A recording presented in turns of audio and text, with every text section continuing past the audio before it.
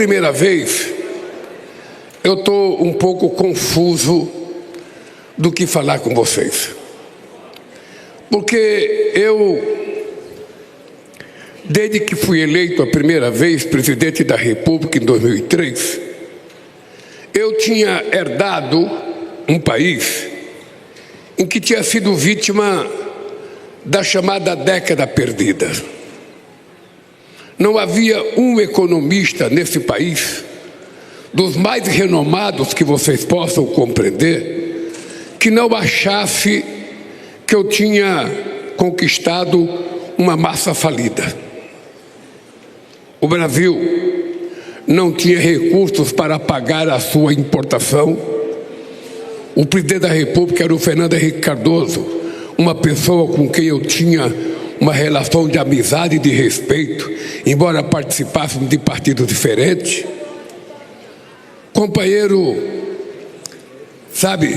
ministro da Fazenda era o Malan, que era um homem da máquina pública séria.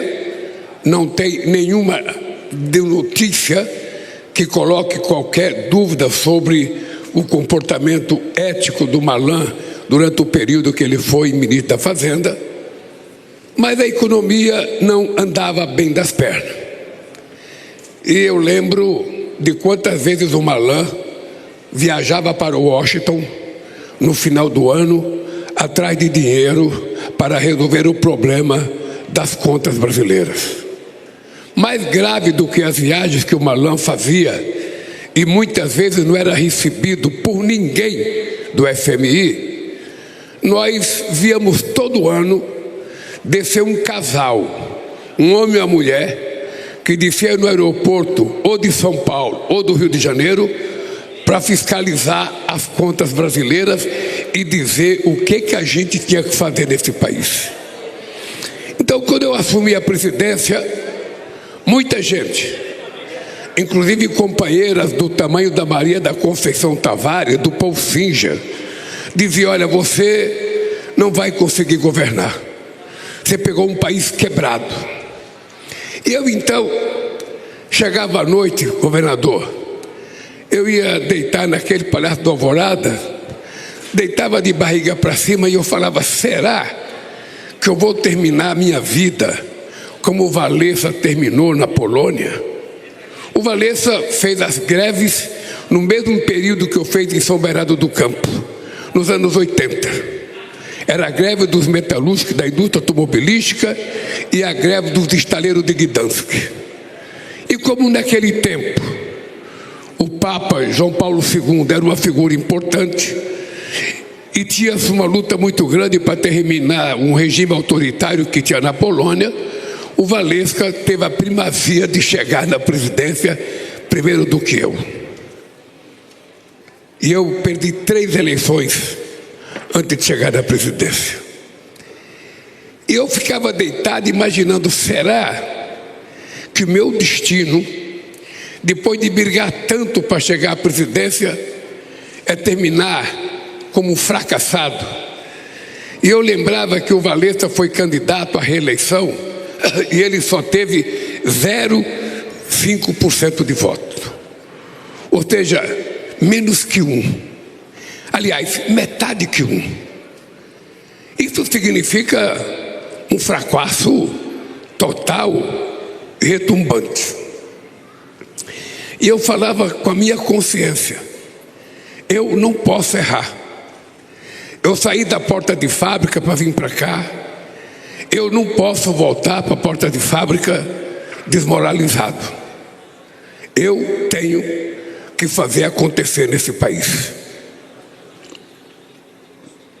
E depois eu pensava: qualquer presidente que já passou por aqui, se ele não der certo, ele vai passar uns anos em Paris, outros vão passar uns anos em Nova York, outros vão passar uns anos em Londres. Eles vão estudar, vão escrever livro. Eu vou ter que voltar para São Bernardo do Campo, a 600 metros do sindicato que eu fui criado, e ouvir os discursos do sindicalista dizendo do meu fracasso na porta de fábrica às 5 horas da manhã. E eu falava, eu preciso vencer.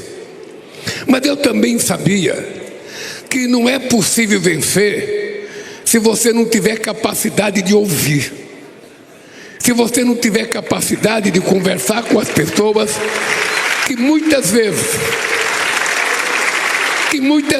pessoas do povo comum, que são tratados como anônimos ou invisíveis, muitas vezes sabem mais coisa do que a gente que pensa que sabe.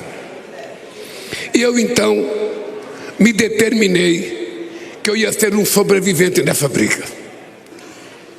E resolvi assumir o compromisso de tirar o Brasil da miséria que o Brasil estava.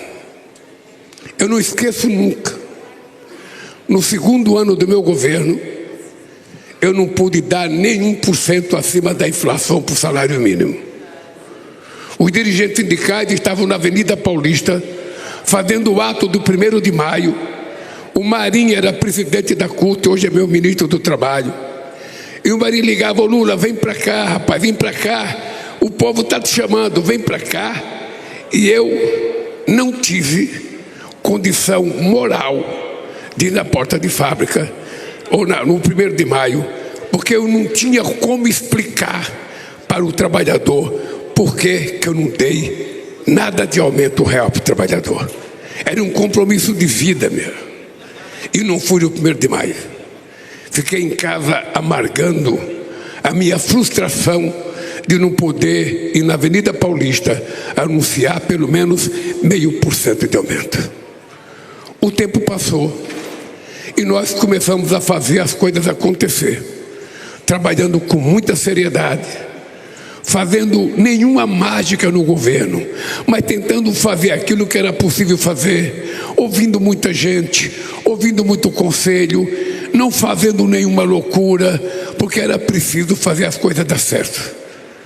Em 2004, acontece a denúncia do Mensalão. E vocês sabem o que aconteceu naquele período. Começou em 2004, só foi terminar em 2012, com o julgamento de alguns companheiros. E até hoje, não foi provado que houve compra de voto de ninguém. E nós conseguimos sobreviver. Em 2005 eu fui para a Índia. E na Índia eu cismei, depois de assistir um discurso do primeiro-ministro Singh, depois de ver que a Índia tinha conseguido fazer uma reserva internacional de 100 bilhões de dólares, eu voltei com a disposição de resolver definitivamente o problema do Brasil. Mandei chamar o presidente do Fundo Monetário Internacional. O Brasil devia 30 bilhões para o fundo. E o Brasil não tinha dinheiro sequer para financiar suas exportações. Eu disse para o FMI, eu vou pagar a minha dívida. E ele dizia, não, mas eu não estou precisando de recurso agora. Eu falei, mas eu vou pagar. Eu vou pagar porque eu aprendi com a minha mãe que a gente não pode ficar devendo. E eu não gosto de dever. Eu gosto de andar de cabeça em pé, de olhos para frente, olhando na cara das pessoas. E eu não me sinto bem. E eu não quero que você venha mais ao Brasil fiscalizar a minha conta. A minha conta, quem vai fiscalizar sou eu. E eu aprendi com a minha mãe, que era analfabeta, de que responsabilidade a gente não aprende na escola. A gente aprende de berço. Ser responsável e cuidar das coisas públicas.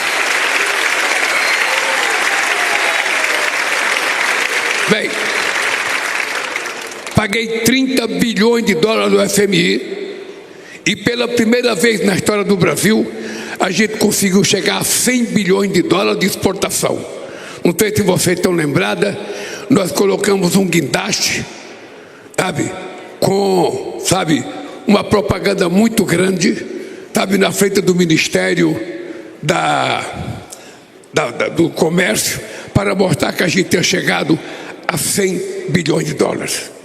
Mas eu falei, eu preciso mais, porque o câmbio estava muito vulnerável. E o câmbio brasileiro a gente não resolve com medidas políticas do Brasil. O câmbio brasileiro se resolve quando os americanos mexem em alguma coisa. Então era preciso que a gente acabasse com essa volatilidade do dólar. Então eu resolvi fazer reserva internacional. pela primeira vez na vida, nós conseguimos fazer 370 bilhões de dólares de reserva e o Brasil passou a ter a quarta reserva internacional do mundo.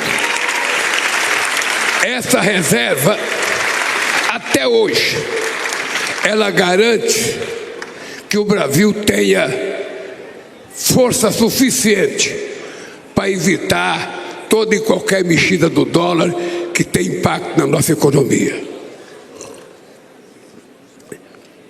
E aconteceu aquilo que eu previa. O Brasil ganhou e começou a ter respeitabilidade no mundo. Eu não esqueço nunca, minha cara Magda.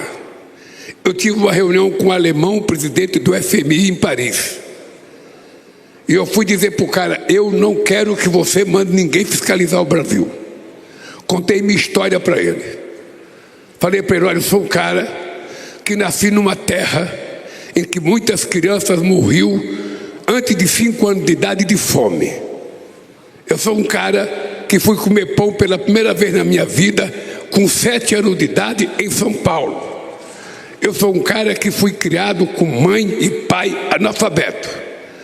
Mas eu fui um cara que aprendi a capacidade de negociar quando eu fui eleito presidente do sindicato de São Bernardo do Campo. E eu quero lhe dizer, eu vou lhe pagar, porque responsabilidade eu tenho de sobra e não quero você xeretando na minha vida. Pois bem, depois que nós pagamos o FMI, veio a crise de 2008 e nós emprestamos 15 bilhões de dólares para o FMI. Então nós deixamos de ser devedores e passamos a ser credores. Hoje é eles que devem para a gente uma quantia em dinheiro. Bem, nós conseguimos sobreviver. Eu fui reeleito em 2006 e resolvi criar uma coisa chamada PAC. Eu resolvi, no mês de fevereiro, dizer ao mundo todas as obras que eu ia fazer no país. Conversando com o governador, conversando com o prefeito, porque eu tinha medo que se a gente não tivesse um projeto para o país, cada ministro teria o seu projeto. Então o ministro fazia a ponte que ele queria, a pontezinha na cidade dele, a casinha na cidade dele, o portozinho na cidade dele, e o Brasil ficava sem projeto. E para construir o PAC, eu chamei os 27 governadores no primeiro mandato, chamei muitos prefeitos, e foi um dos melhores momentos da história desse país. E foi aqui em Rio Grande, no discurso que eu fiz em 2009, que eu anunciei o dinheiro de 41 bilhões de reais para a ciência e tecnologia, para que a gente conseguisse recuperar os investimentos na ciência e tecnologia desse país. Pois bem, eu já vou terminar, mas eu vou dizer para vocês o seguinte: nós que pegamos um país quebrado, devendo para o FMI 30 bilhões de dólares, eu, que era o único presidente da história desse país que não tem diploma universitário, não tem doutorado, não tem mestrado, não tem pós-graduação, eu tive o prazer de terminar o meu mandato com a economia brasileira crescendo 7,5% ao ano e conseguimos eleger a primeira mulher na história do Brasil presidenta da República desse país. Bem, vocês sabem o sucesso da economia. Vocês sabem. Naquele tempo, Eduardo, a gente produzia 3.600.000 carros por ano. Naquele tempo, uma parte da elite brasileira me acusava por excesso de carro na rua, porque os pobres estavam comprando carro nesse país. Vocês se lembram disso? Vocês se lembram como é que cresceu o poder aquisitivo do povo pobre desse país? E veja que engraçado, eu sou um cara de muita sorte, porque depois que eu deixei a presidência em 2010, a primeira vez que o Brasil cresceu acima de 3% foi na minha volta para presidente da República desse país.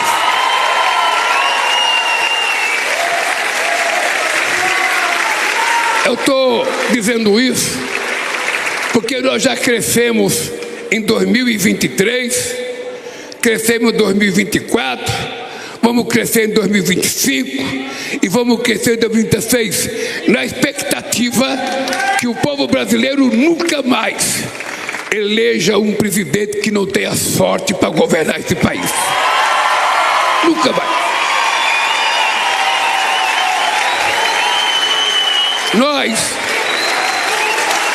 Nós estamos no 3º ano de mandato desse país.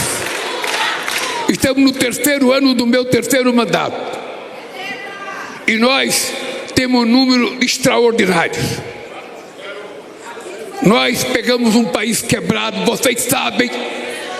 Vou dizer que não tinha mais Ministério do Trabalho, não tinha Ministério da Cultura, não tinha Ministério do Esporte, não tinha Ministério da Mulher, não tinha Ministério dos Direitos Humanos, não tinha Ministério do Povo Indígena, não tinha Ministério da Mulher, não tinha Ministério da Igualdade Racial. Porque alguém dizia que quanto menos ministério você tem, menos gasto você tem. Eu vou dizer, quanto ministério você tem, mais incompetente você é, porque você precisa colocar os movimentos da sociedade brasileira. Eu, por exemplo, peguei o Ministério da Pesca, não tinha. Quem é que cuidava da pesca? A agricultura. Eu nunca vi peixe nascer em terra. Então, olha, para a agricultura eu tenho o Ministério da Agricultura, para a pesca eu tenho que ter o Ministério da Pesca. Não tem outra coisa. Nós temos 12% da água doce do mundo, nós temos uma costa marítima de 8.500 quilômetros quadrados, temos mais 5.700.000 quilômetros de mar sobre os cuidados do Brasil. Por que não tem o Ministério da Pesca? Por que não tem o Ministério da Igualdade Racial numa sociedade que 50% da população é negra e ainda temos preconceitos incorrigíveis? Por quê?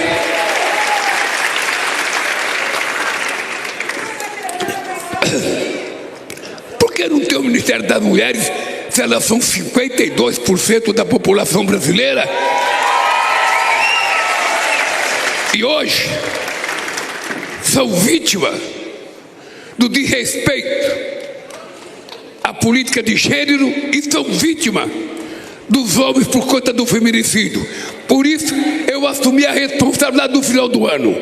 Quem tem que lutar contra o feminicídio não é a mulher, é o homem, porque é ele que é agressivo. É ele que é agressivo. E por isso,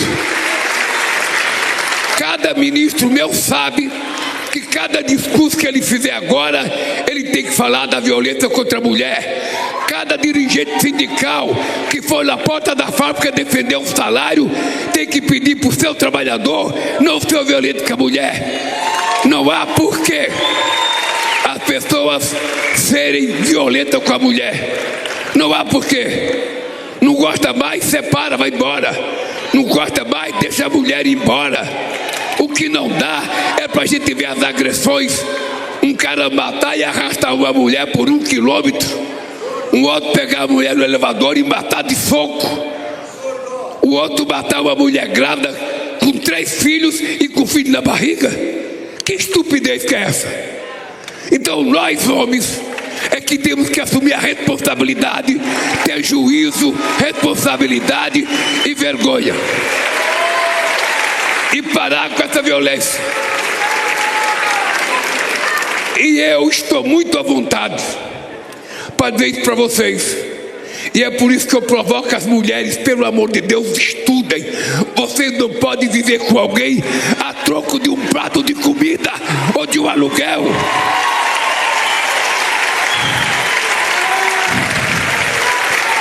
Vocês têm que ser independentes, pelo amor de Deus. Porque o homem não respeita se você for subserviente.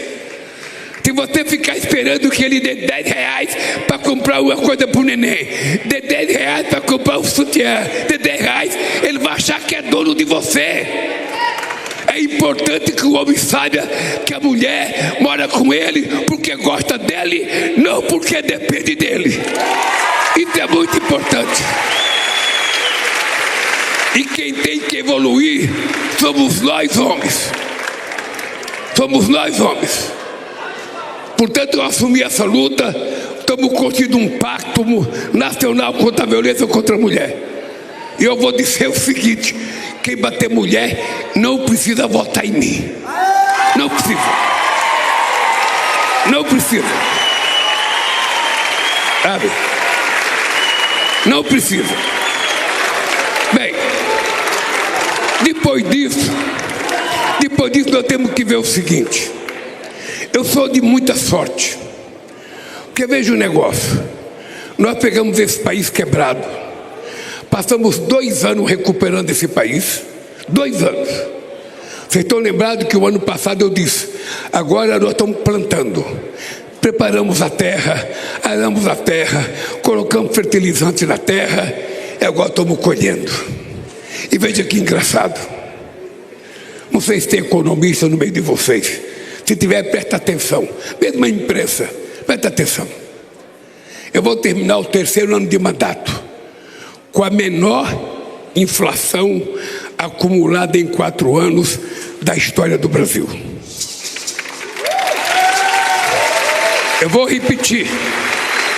Eu vou terminar meu 3º ano de mandato com a menor inflação acumulada em 4 anos da história do Brasil.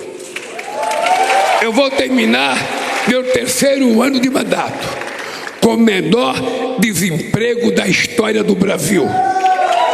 Eu vou terminar o meu 3º ano de mandato com o maior crescimento da massa salarial da história desse país. Eu vou terminar o meu 3º ano de mandato com o maior fluxo de exportação da história do Brasil, 628 bilhões de dólares. Só nesses 3 anos, nós abrimos 508 novos mercados para vender os produtos brasileiros. O Trump nos taxou, tudo bem, eu não vou ficar chorando. Eu vou procurar alguém para comprar aquilo que ele não quer comprar. Eu não vou ficar lamentando. Pois bem, companheiros, depois de todo esse processo, eu quero fazer um apelo para vocês. Esse ano, eu estou definindo na minha vida como o ano da verdade. E não é um ano para o governo, é um ano para vocês. Não é para mim, é para vocês. Vocês sabem o que foi a vida de vocês aqui nessa cidade, quando esse estaleiro deixou de ter 15 mil pessoas para ter apenas 200 pessoas. Vocês sabem o que se passou com a vida de vocês. Vocês sabem o sacrifício da família de vocês. Então vocês sabem que para construir uma casa, um quarto e cozinha, às vezes leva meses. Para destruir, basta uma enchente. Para destruir, passa 1 minuto para a gente destruir. E para construir é muito difícil.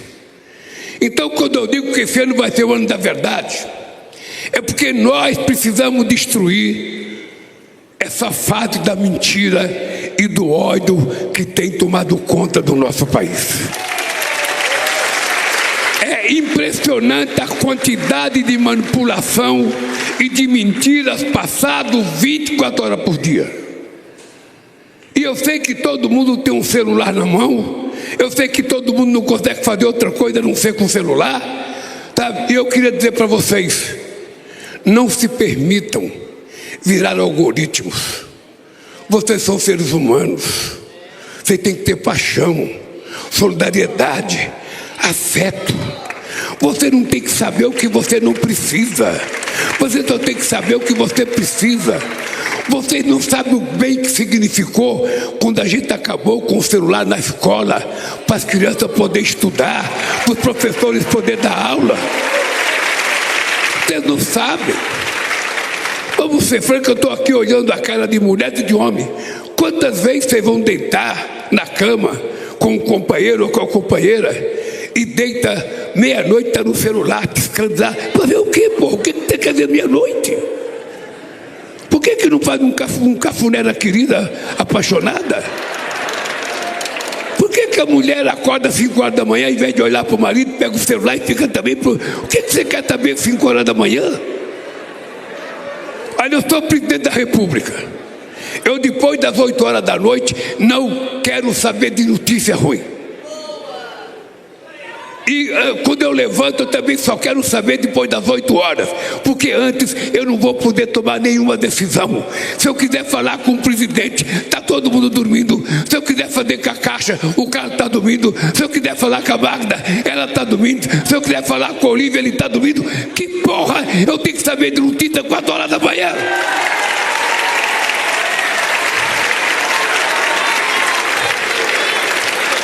Que bobagem é essa? Eu tenho que saber o que é que você, governador, tem que saber. Meia-noite, vai dormir e pega o celular. Se sair uma matéria ruim contra você, você vai ligar para o jornal? Não. A única coisa que vai acontecer é que você vai perder o sono. É a única coisa que você não vai conseguir dormir. Vai ficar de barriga para cima pensando, porra, estou ferrado. Se for. Então, gente, vamos utilizar o nosso tempo para fazer as coisas que o ser humano tem que fazer. Nós nascemos para viver em comunidade. Nós vivemos para nos ajudar uns outros. A gente está ficando muito individualista. Eu quero comida, eu peço no telefone. Eu quero pagar minha conta, eu pago no telefone. Eu não quero... Se aparecer um amigo, já está enchendo o saco. E o grupo do Zap, eu tenho que contar o que eu fiz hoje. Eu tenho que contar o café. Eu tenho que contar... Porra, quem quer saber disso? Isso é futrica pura. E a direita sabe disso. E é por isso que a direita tem uma indústria de mentir. Tem uma indústria poderosíssima. Só para você ter ideia, na campanha do presidente Trump, na última semana, eles fizeram 2 milhões de mensagens contra a adversária dele. 2 bilhões. Vai ser assim a campanha.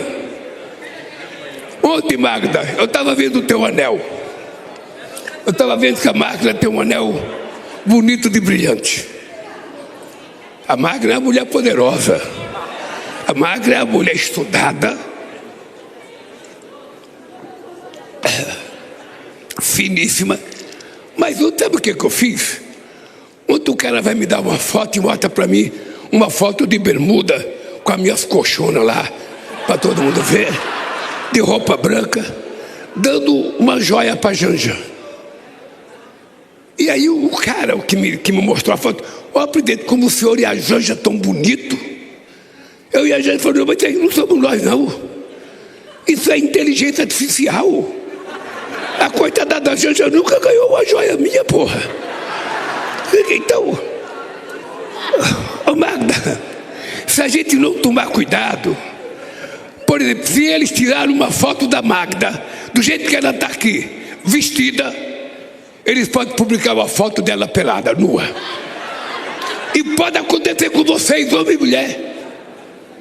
É isso que está tomando conta da cabeça da gente. E eu queria que vocês assumissem a responsabilidade. Eu não tenho celular. Eu só uso celular para minhas coisas de serviço que eu peço para os meus companheiros. Eu não carrego celular. Eu, ao invés de ficar carregando celular na mão, eu prefiro coçar outras coisas do que ficar celular na mão. Então, quando eu preciso falar com alguém sério, o dia que eu quiser falar com você, governador, pode ficar certo que nem eu vou pedir para alguém, me ligue para o governador. Quer falar com o Rui? Ele também vive com o celular na mão. Puta merda, isso é um viciado. Isso é uma dependência digital. Não tem dependência química, isso é dependência digital. Sabe, as pessoas estão desaprendendo a velhice. Vamos ver uma coisa, antigamente, a gente, quando vocês eram menores, sentava na frente do sofá, toda a família, pai e mãe, os filhos, para ver televisão, não é isso? Quando não tinha controle remoto, a briga era para ver quem vai ia levantar para mudar de canal.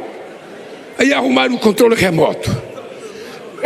A briga agora é para saber quem pega o controle remoto primeiro e vai ficar dono do canal. E depois da briga, quem é que sabe lidar com o controle remoto? Porque o controle remoto agora, antigamente era só ligar e desligar, mudar canal. Agora tem 80 coisas. A gente já coloca letra, tira letra, coloca inglês, tira inglês. Eu não sei fazer coisíssima nenhuma. O máximo que eu sei é gritar: Janja!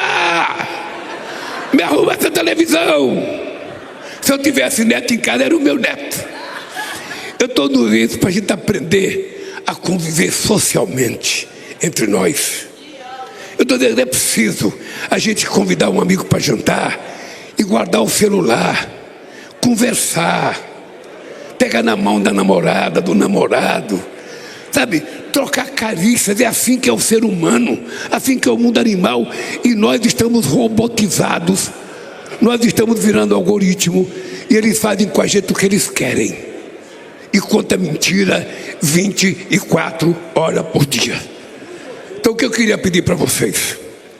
Quem vai desmontar isso são vocês. Se vocês souberem da verdade e vocês não brigarem com a mentira, prevalece a mentira, que é muito mais fácil acreditar na mentira. É muito mais fácil. Quando a gente era pequeno, não sei se vocês ouviram isso, minha mãe dizia: a verdade engatinha, a mentira voa. É assim mesmo. Continua assim. E agora a gente está vendo a mentira em tempo recorde. Então o que eu quero pedir para vocês? O país que vocês sonham, não sou eu que vou construir, não é o Eduardo, não é o Rui Costa. Quem vai construir é vocês. Vocês é que tem que decidir que país que vocês querem e não ficar esperando que os outros construam o país que vocês querem. Vocês é que tem que construir. E para desmontar essa fábrica de mentira tem que ser vocês. Se viu uma coisa que é mentira, denuncie ou delete. Não passe para frente. Não passe para frente. Porque a capacidade de produção de mentira é uma máquina fantástica. Vocês sabem o que eles estão fazendo agora, governador? Os seus adversários vão filmar o que você fala.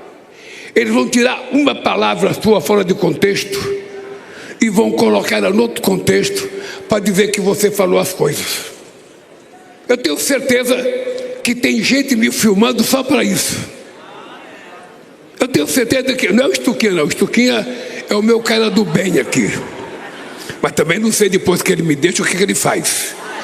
Mas a verdade é o seguinte: é que está cheio de gente filmando o que você falou, filmando o que o Rui Costa falou.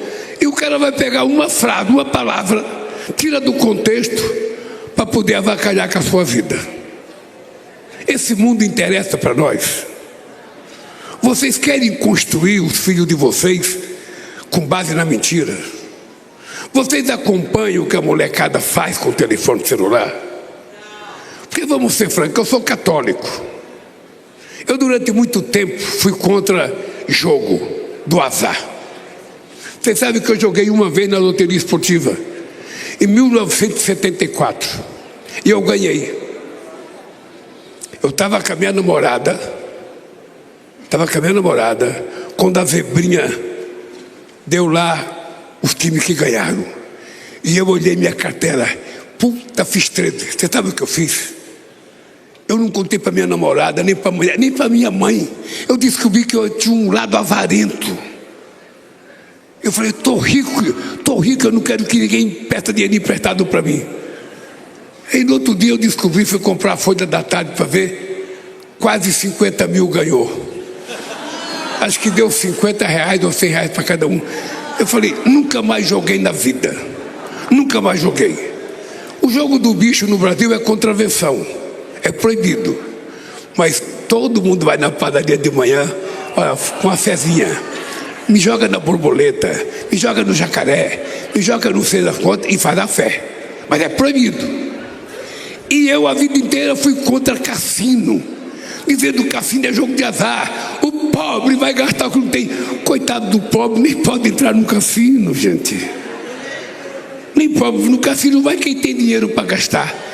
Mas na medida que a gente com esse bichinho aí, O Cassino foi para dentro de casa da gente. Hoje ele está na nossa sala. Hoje ele está na mão de um garoto de 14 anos. Está na mão de um garoto de 15. Está na mão de um garoto de 16. Porque a molecada pega o telefone do pai, da mãe. Pega. Hoje a vida está assim. Uma criança de 6 meses. Não, 6 meses não. Uma criança de 1 ano e meio começa a chorar. Ao invés da mãe pegar ele no colo, ela dá um celular. Naquele carrinho de carregar a criança tem um tablet pendurado para a criança desde jeito aprender a fazer aquilo. Quando na verdade a gente deveria pegar a criança, fazer um cafuné na criança, alisar a criança, beijar a criança, falar meu amor. Não. Está tudo ficando digitalmente difícil do ser humano lidar. Então se preparem. Porque o país que a gente vai construir vai depender do comportamento de cada um de vocês. De cada um. Do comportamento de vocês. Da capacidade de fiscalização que vocês tiverem que ter. Porque se vocês não tiverem isso, a gente tem uma situação delicada no mundo inteiro hoje. Você veja uma coisa, o presidente Trump, todo dia, ele é noticiário por conta de um Twitter. Antigamente você tinha que fazer uma reunião com os presidentes, convocar o Conselho da ONU, discutir. Não, hoje ele faz um tweet, fala o que ele quiser do Rio Grande do Sul e você passa o resto do ano respondendo. Então o mundo está virando do avesso, cara. Nesse aspecto eu sou muito equilibrado. Eu primeiro não tomo decisão com 39 graus de febre. Eu espero a febre baixar. Segundo, eu não estou preocupado com o que acontece no mundo depois das 10 horas da noite. Eu quero dormir. Porque eu sei que se eu dormir bem, eu acordo bem. Se eu dormir mal, se eu perder o sono, porque o presidente de tal país falou tal coisa, Dani falou. Eu quero é dormir. E quando eu acordar, eu quero trabalhar. E para trabalhar, eu tenho que estar com a cabeça em ordem. É por isso que eu tenho uma definição. É preciso cuidar desse povo. E cuidar desse povo não cabe mentira. Não cabe mentira. Quanto mais verdadeira a gente for, melhor é. E por isso eu quero terminar essa minha fala dizendo para vocês. Esse país já provou por tudo que a Magda falou. Já provou com a rapidez que nós ajudamos a recuperar o Rio Grande do Sul. Quem é que sabia que a gente ia fazer aquela compra? Como é que chama a compra? A compra assistida. Quem é que sabia? Quando a gente não tinha tempo de construir 10 milhões de casas ou 9 milhões de casas, se inventou uma coisa de campo assistida e a gente conseguiu vender as casas para o povo que precisava. Quem é que imaginava? A decisão de qualquer presidente da República é dizer, não dá para fazer nada, vamos esperar, mandou a medida provisória, não é votada. O que nós fizemos? Nós mobilizamos o Congresso, a Câmara, tanto o Pacheco quanto o Alcolumbre, quanto o Lira, quanto o Hugo, todo o Ministério, para que a gente pudesse não perder tempo e ajudar o Rio Grande do Sul. E o Rui Costa tem razão. Não há precedente na história do país, em 525 anos de história, a pressa com que a gente resolveu ajudar o Rio Grande do Sul. Não há precedente na história.